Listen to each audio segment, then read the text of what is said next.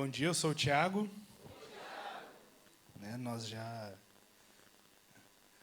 pôde falar um pouco, mas sou casado com a Camila, sou pai do Samuel.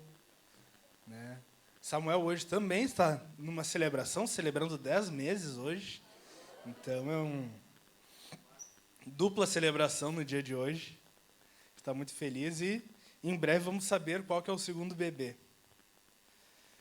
Mas eu queria começar perguntando se alguma vez, não sei se vocês, eu já se sentiram completamente despreparados para estar em um lugar. Vocês já entraram em algum lugar e disseram, meu Deus, eu não devia estar aqui. Eu não devia estar vivendo isso, eu não devia estar aqui agora. Eu não deveria estar aqui nesse momento. Eu lembro uma vez eu estava num shopping, eu já não estava muito adequadamente vestido para estar naquele lugar, eu já não me sentia muito tranquilo estando naquele lugar, mas eu entrei no banheiro daquele shopping e disse, meu Deus, eu não tenho que vir de terno aqui para... Eu não sou digno de estar nesse lugar, é o que eu pensava. Mas hoje eu queria falar sobre um momento em que o profeta Isaías viveu e que é muito parecido com isso. Um momento em que ele também não se sentia adequado, ele não se sentia no lugar certo. E eu queria ler com vocês hoje, no livro de Isaías, no capítulo 6, a partir do versículo 1.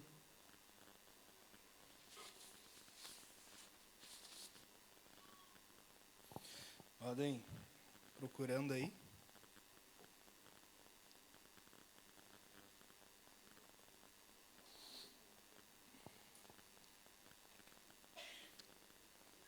Livro de Isaías, capítulo 6, diz exatamente assim. No ano da morte do rei Uzias, eu vi o Senhor assentado em um trono alto e exaltado, e as abas das suas vestes enchiam o templo. Acima dele estavam serafins. Cada um deles tinha 6 asas, com 2 cobriam o rosto, com 2 cobriam os pés e com 2 voavam. E proclamavam uns aos outros, Santo, Santo, Santo é o Senhor dos exércitos. A terra inteira está cheia da sua glória. Ao som das suas vozes, os batentes das portas tremeram e o templo ficou cheio de fumaça. Então gritei, ai de mim, estou perdido, pois sou um homem de lábios impuros e vivo no meio de um povo de lábios impuros. Os meus olhos viram o Rei, o Senhor dos exércitos. Logo um dos serafins voou até mim, trazendo uma brasa viva que havia tirado do altar com uma tenaz. Com ela tocou a minha boca e disse, veja, isto tocou os seus lábios. Por isso a sua culpa foi removida e o pecado perdoado. Então ouvi a voz do Senhor conclamando, a quem enviarei? Quem irá por nós? Eu respondi, aqui estou, envia-me. Vamos orar mais uma vez?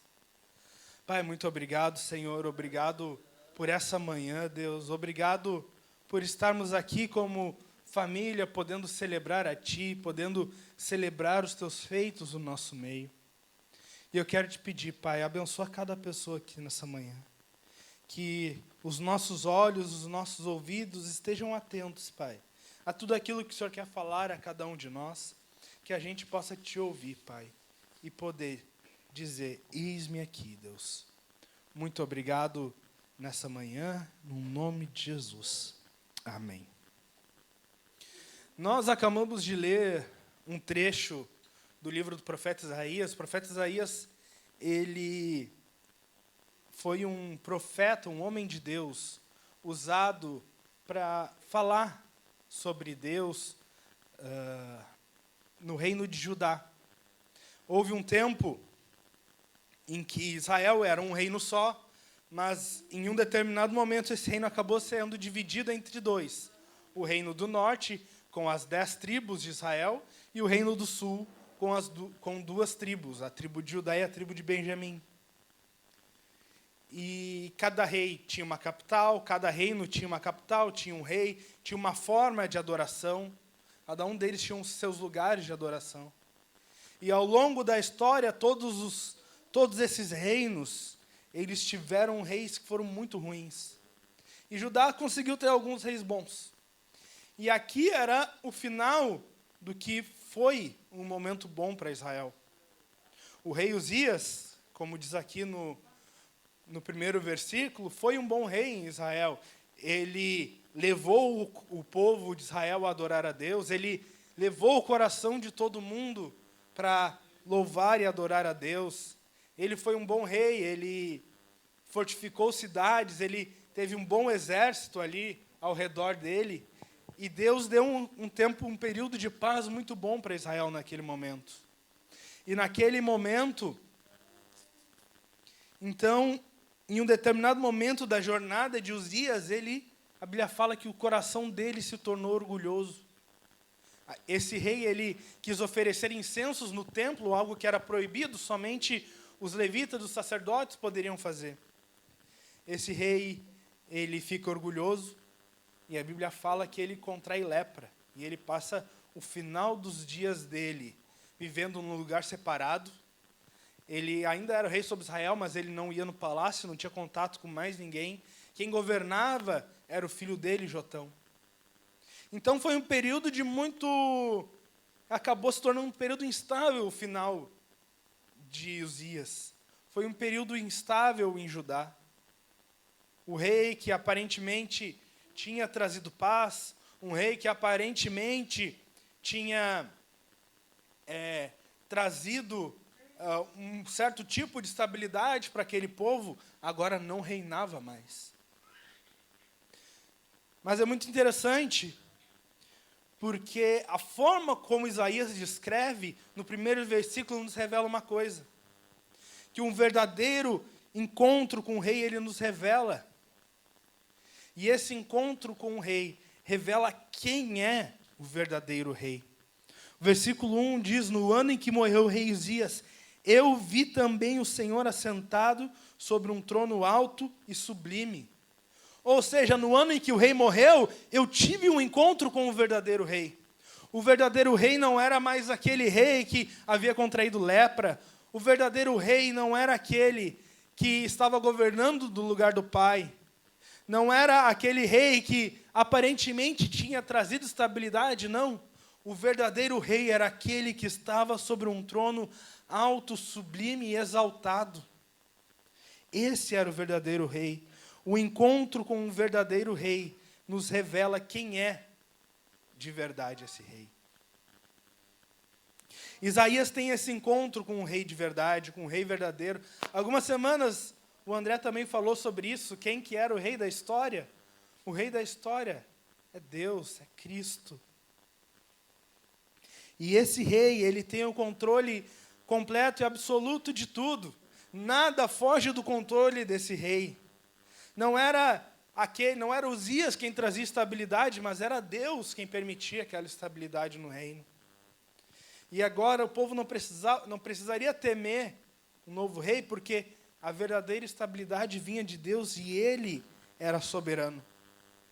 É muito interessante, um contraste, a gente pode também interpretar esse no ano em que morreu o rei Uzias, como também uma marcação do tempo. Ó, no ano em que esse cara morreu, né, poderia falar no ano em que a Espanha ganhou a Copa do Mundo, a Camila fez aniversário. Né? Ou no ano, poderia ser. Mas é muito interessante a gente perceber o contraste, porque no ano em que um rei morre, Isaías, ele vê o verdadeiro rei.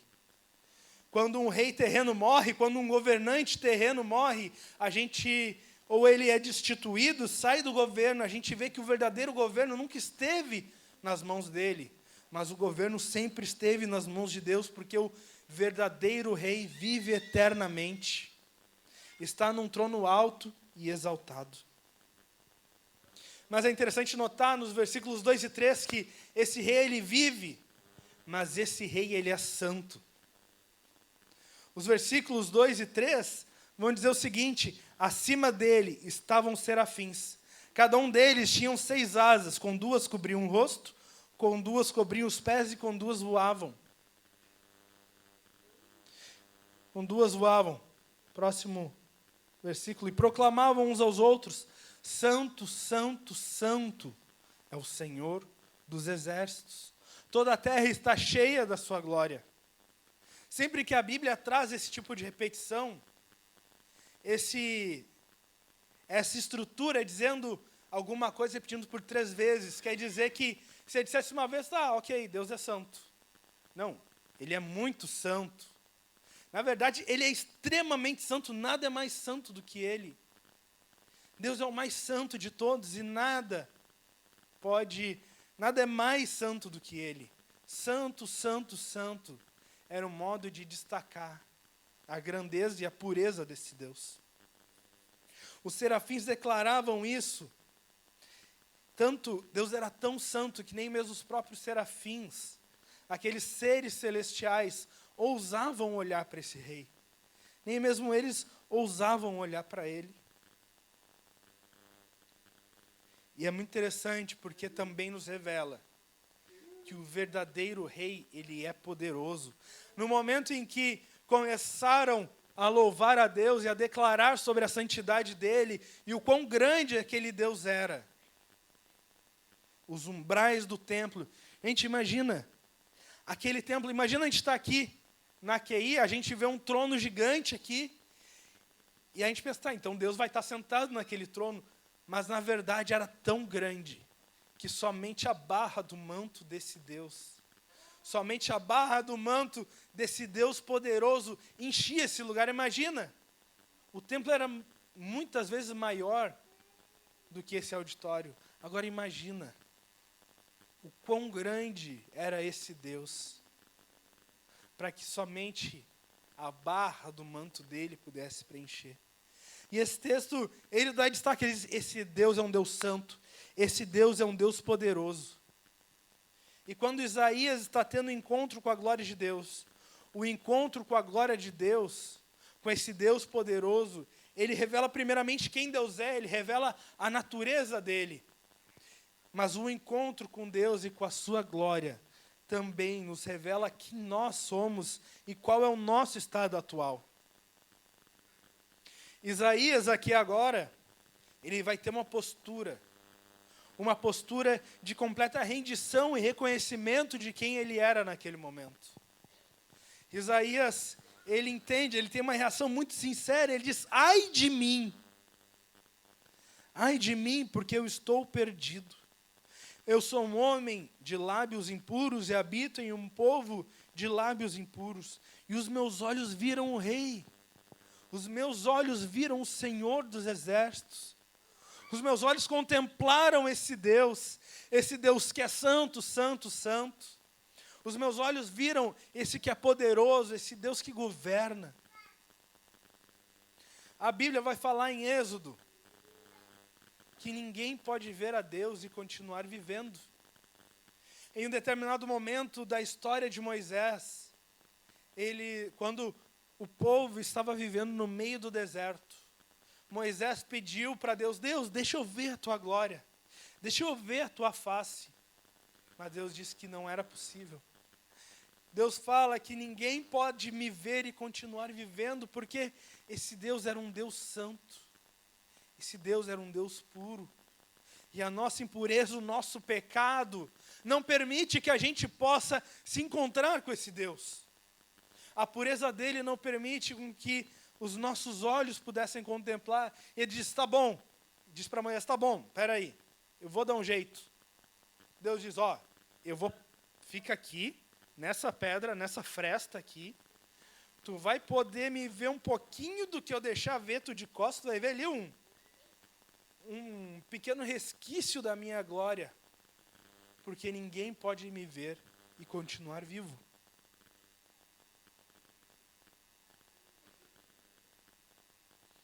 Quando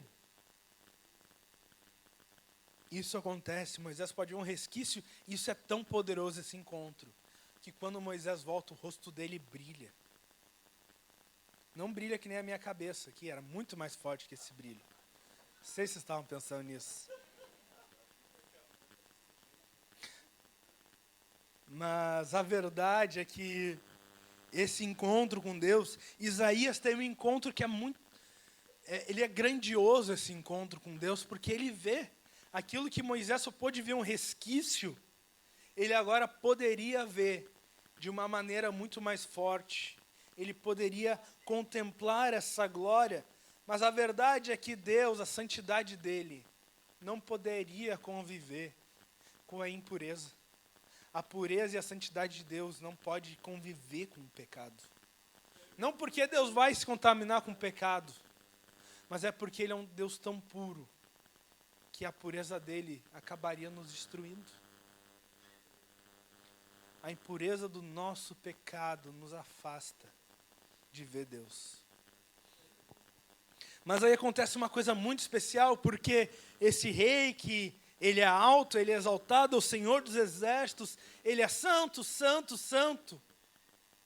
Esse Deus que é extremamente puro, ele se importa com Isaías, ele se importa conosco. Esse rei alto, exaltado, sublime, que ele está em todo lugar, ele tem todo o poder, ele sabe de tudo, ele também se importa com as nossas vidas.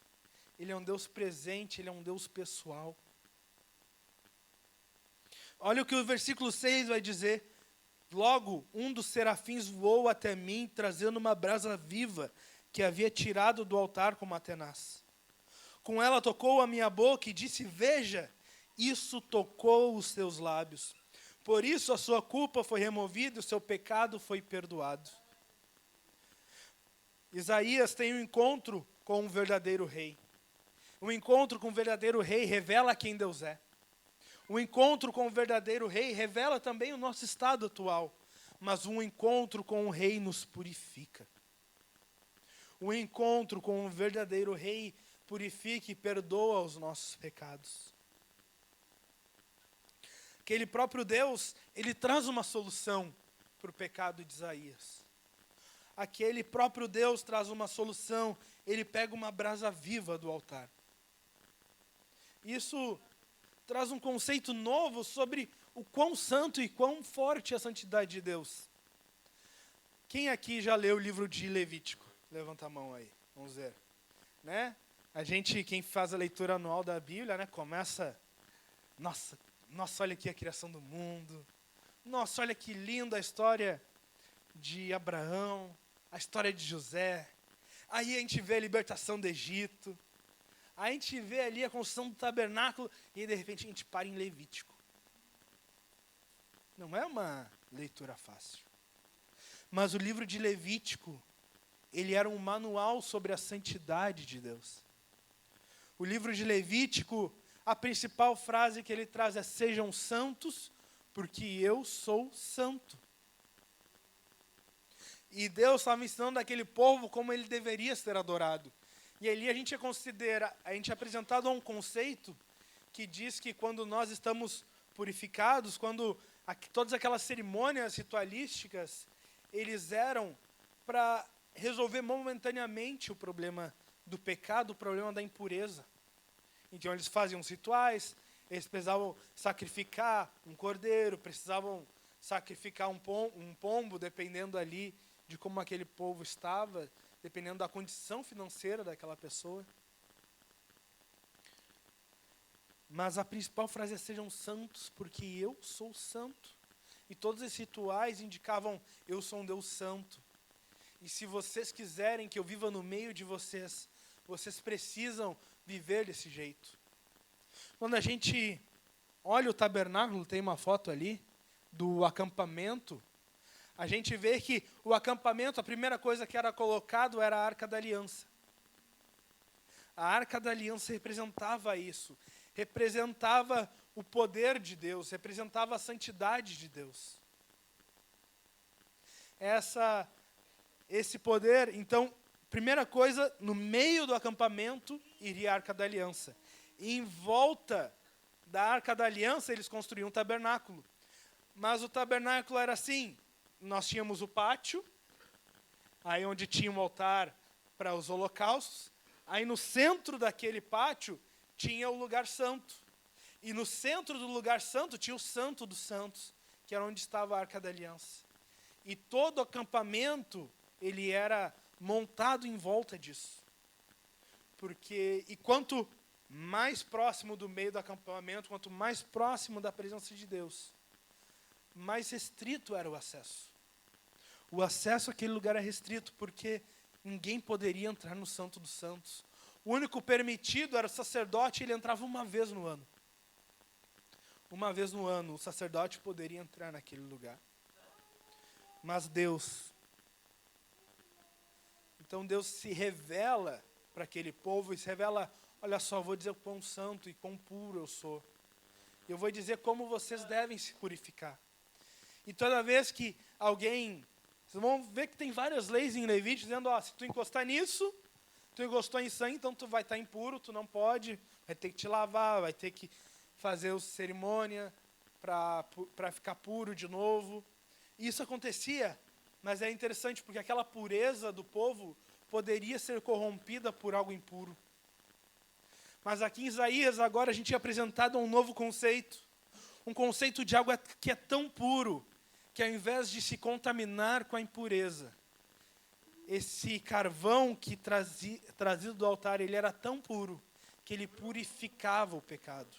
Na verdade, agora, a impureza não poderia conviver com a pureza que vinha.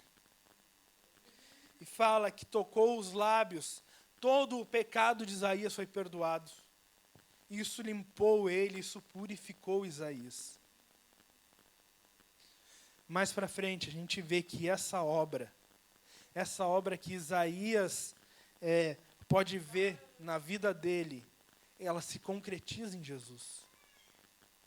No momento em que Jesus morre numa cruz para nos salvar, no momento em que Cristo se coloca e Ele se coloca no nosso lugar e Ele recebe todo o pecado, quando Jesus se torna o sacrifício definitivo por nós, os nossos pecados são perdoados. E a Bíblia fala que de cima a baixo o véu se rasgou. Aquele véu que separava o Santo dos Santos do lugar santo, aquele véu que separava a presença e a glória de Deus, que não poderia conviver em um local impuro, aquela presença hoje nós temos livre acesso, porque Deus nos purificou dos nossos pecados. A partir do momento em que nós nos entregamos a esse Deus, a partir do momento em que nós aceitamos, que nós confessamos Jesus como o nosso Senhor e o nosso Salvador, os nossos pecados são perdoados. Assim como Isaías, a nossa impureza é purificada. E a partir disso, nós podemos conviver com Deus. A partir disso, a gente pode ter acesso a Ele, nós podemos ter acesso à glória do Pai, porque nós fomos purificados do nosso pecado. A partir do momento em que somos purificados, nós podemos sim ter livre acesso ao Pai. A glória de Deus, essa mesma que purificou Isaías, hoje ela é acessível a todos nós.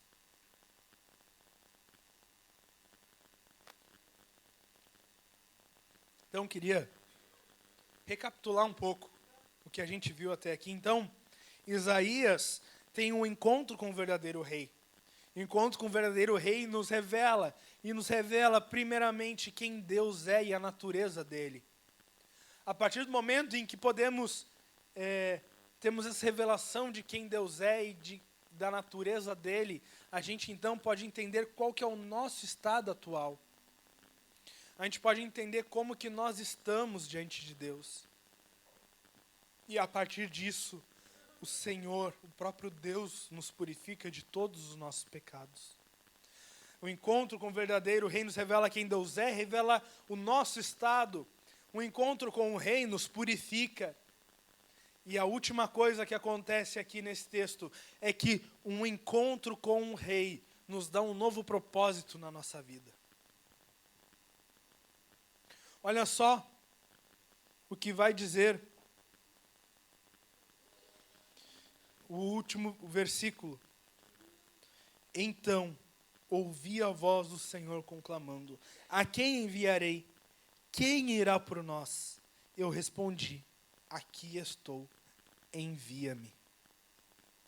Então, a partir do momento em que Isaías tem um encontro com Deus, ele pode contemplar a natureza dele, ele pode ter uma revelação do estado atual que ele está como um homem pecador, mas esse estado é revertido porque o próprio rei purifica Isaías. A partir desse momento, então, o Senhor, o Deus, Senhor dos Exércitos, faz uma pergunta. É interessante porque essa pergunta não é direcionada para Isaías, não fala: e aí, Isaías, tu vai ou não? Não. Deus pergunta para aquele corpo celeste, todos aqueles corpos celestes, aqueles serafins, e diz: e aí, quem é que vai por nós? Nesse momento, a única coisa que Isaías pode responder é: eis-me aqui. Porque a partir do momento em que ele é purificado do pecado, ele entende qual é o propósito dele. Isaías pode ver qual que é a missão dele. E ele diz: eis-me aqui. Isaías pôde entender o propósito e ele assume uma postura de ir com aquele povo. Deus, se você continuar no capítulo 6, ele vai dizer: tá bom. Isaías diz: eis-me aqui. E Deus fala: então, vá para aquele povo. Entrega essa mensagem para eles. A gente vai ver uma série de mensagens que Isaías vai entregando àquele povo. E ele entrega a palavra de condenação para aquele povo, condenando e revelando o pecado do povo. Mas ele também traz esperança para aquele povo. Isaías 9 vai dizer que um menino nasceu, um filho nos foi dado, e o reino estará sobre os seus ombros. Isaías 53 também vai falar que por suas pisaduras nós somos sarados. Por causa do sacrifício de Jesus, nós podemos ser salvos e nós podemos ser purificados do nosso pecado. Esse Deus poderoso, Ele se importa conosco. Ele nos purifica do nosso pecado. Esse Deus nos purifica e Ele nos dá um novo propósito. Jesus já nos purificou e Ele também já nos deu uma missão, Ele nos deu um propósito na nossa vida. Mateus, no capítulo 28, versículos 19 e 20, vai dizer: portanto, vão e façam discípulos de todas as nações, batizando-os em nome do Pai, do Filho e do Espírito Santo, ensinando-os a obedecer a tudo que eu ordenei, e eu estarei com vocês até o fim dos tempos. Todos nós que já tivemos encontro com o verdadeiro Rei, todos nós que já podemos nos encontrar com Ele, nós já fomos purificados, os nossos pecados foram perdoados. E a partir disso nós já temos uma nova missão. Lembram? A camiseta do batismo, na frente fala uma nova vida, mas atrás ela vai dizer uma nova missão. Porque a partir do momento em que recebemos essa nova vida a partir de Jesus, no momento em que recebemos essa nova vida, nós recebemos uma missão. Todos nós fomos purificados. E todos nós recebemos esse propósito. E é interessante ver que essa missão, esse propósito, como ele já nos foi entregue, nós só precisamos compartilhar. Isaías aqui, a única coisa que ele precisou fazer foi compartilhar. Ele precisou compartilhar aquilo que ele viu. Isaías foi uma testemunha do que Deus fez na vida dele. Isaías apenas, a única coisa que ele precisou dizer foi: olha, eu tive um encontro com Deus, esse encontro com Deus me purificou. Esse encontro com Deus me purificou e agora eu posso viver uma nova missão. É isso. Deus quer que nós sejamos testemunhas do que Ele fez na nossa vida. Assim como Isaías pôde compartilhar. Alguns domingos atrás foi muito forte, mas pastor Oswaldo estava aqui e ele compartilhou que Deus nos chamou para sermos testemunhas. Ele falou, se eu jogasse uma pedra nessa porta, todos aqui poderiam testemunhar de que eu joguei uma pedra nessa porta. E poderíamos dizer, ei, eu vi. Se alguém nos perguntasse, para dizer, é verdade que alguém jogou uma pedra nessa porta? Todos nós teríamos a obrigação moral de dizer, sim, eu estava lá, eu vi. Assim como nós podemos testemunhar o que Deus fez na nossa vida, nós somos chamados a testemunhar as obras que Deus faz. A partir de um encontro com o Rei, quando nós entendemos quem é esse Deus, entendemos que somos pecadores e que precisamos da graça dEle, a partir desse momento, nós somos purificados do nosso pecado e nós nos tornamos testemunhas disso. Nos tornamos testemunhas. Eu queria orar com vocês nessa manhã. Eu queria chamar aqui à frente hoje. Talvez tu esteja no momento de dizer, Deus, eu sou um pecador. Eu preciso dessa graça. Eu preciso, Pai, que o Senhor me purifique do meu pecado. Eu preciso ter um encontro contigo hoje, Deus. A partir desse encontro, Pai, eu preciso que o Senhor... Eu preciso ser restaurado, eu preciso ser perdoado por Ti. Se hoje esse é o teu estado, eu queria convidar todo mundo a se colocar de pé. Talvez hoje tu esteja pensando, eu preciso desse encontro. Eu preciso ter esse encontro com o Rei verdadeiro, esse Rei exaltado, esse Rei que é santo, santo, santo. Esse Rei que é o Senhor dos exércitos e que nada foge do controle dEle. Eu preciso hoje receber esse perdão. Eu preciso hoje ser purificado do meu pecado.